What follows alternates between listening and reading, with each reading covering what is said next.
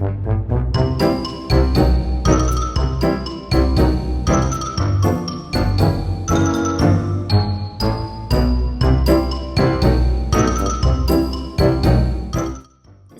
Hatter's hat, I just used some scrapbooking paper that you can get at the craft store, and I cut a large circle for the bottom of the hat. I liked this scrapbooking paper because it was 2 different patterns on both sides. And then I used another piece and cut just a long strip out of it and rolled it into a circle, but then I made the bottom of the circle a little bit smaller so it gives it kind of that top hat look. And then I'm gonna just hot glue it closed and making sure that I keep one of the sides smaller than the other. And then I'm going to trace the top of the hat onto another piece of paper and cut it out, and it's okay if it's a little bit too big because that'll help you glue it on.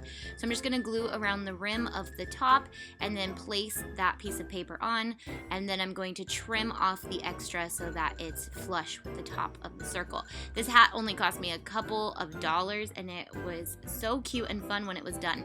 So then I'm just going to cut little notches out of the bottom so I can fold those in to give it more of a base to glue onto the rim of the hat.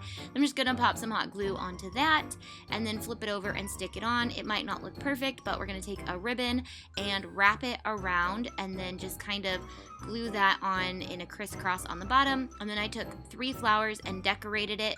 I had these on hand, but you can get flowers at the dollar store, the craft store, wherever you want. And then I just hot glued them where I wanted them. And then I was doing more of a girly kind of Mad Hatter, so I did the 10/6, which happens to be my birthday, which I never noticed until like this year. And then I just did 10/6 onto a little piece of white extra scrapbooking paper and then glued that in there.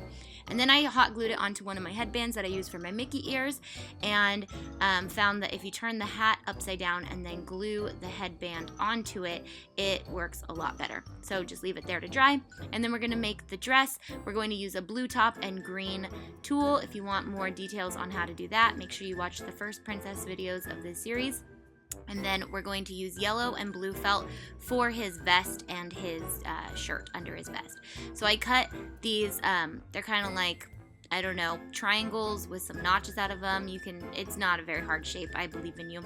And then we're going to do a large triangle out of the blue for his shirt that will look like it's going under his little vest.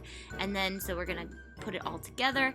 And then for our ribbon, I am going to put it in so that it ties like a bow tie in front. I think I started by putting it on like that and didn't like it afterwards. So I'm just going to hot glue all my pieces on and get them all set where they're supposed to go.